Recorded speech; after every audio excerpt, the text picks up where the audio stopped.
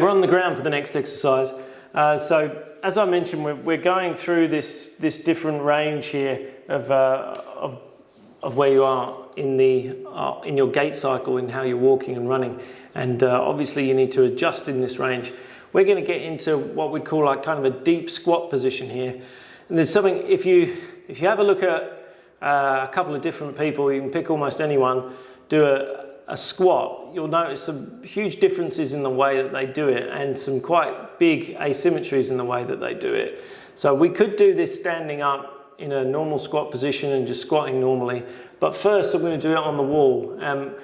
If you can get some glute engagement here on this wall exercise, it stands you in good stead for doing like a squat normally, and in fact for like a lunge or anything like that. So this is how it's going to work.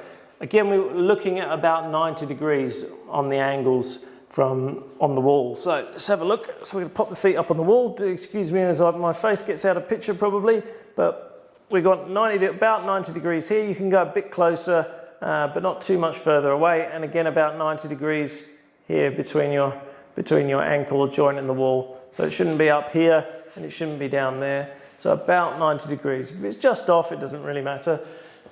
But again, we're going to go through all those cues as normal. So big deep breath through the rib cage, shoulders back, suck the stomach in, and then we're going to push with a posterior tilt. Now that should send your knees up in the air and your hips off the ground. Now what I want you to do is maintain the stomach being in, and this time I just want you to anterior tilt your pelvis, anterior tilt, and then just keep that stomach in. Keep the rib cage up until your butt's just hovering above the mat there. And that's it. That's just the position, and you're just going to try and hold that.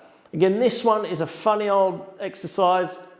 When I first started doing this, I'd get lots of little pains through the front of my hip here.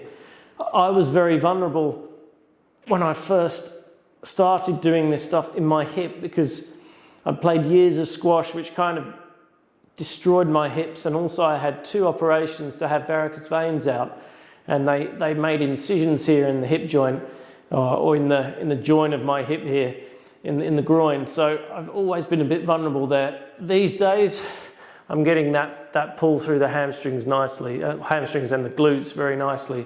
So I'll just go through one more cue of this one.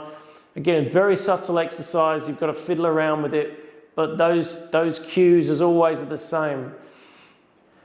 So rib cage up with the breath, shoulders pinned back onto the mat, stomach sucked in, and you've just got to try and maintain that retraction of the stomach and the rib cage up, and that's half the battle really. So we'll try to do again. So big deep breath through the rib cage, shoulders pinned back, stomach in, and push. And if you maintain the posterior tilt, that will send your knees up in the air.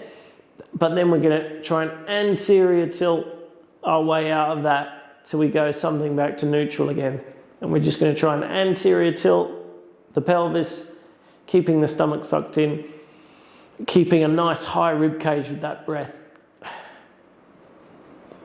Oh yeah, and that's enough.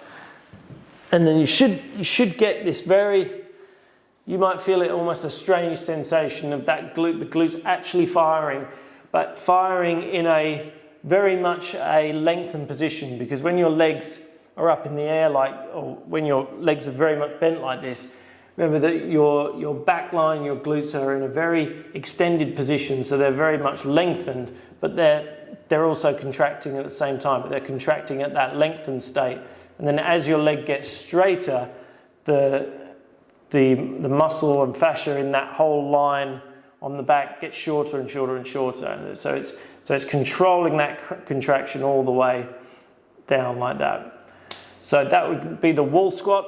That's the next exercise.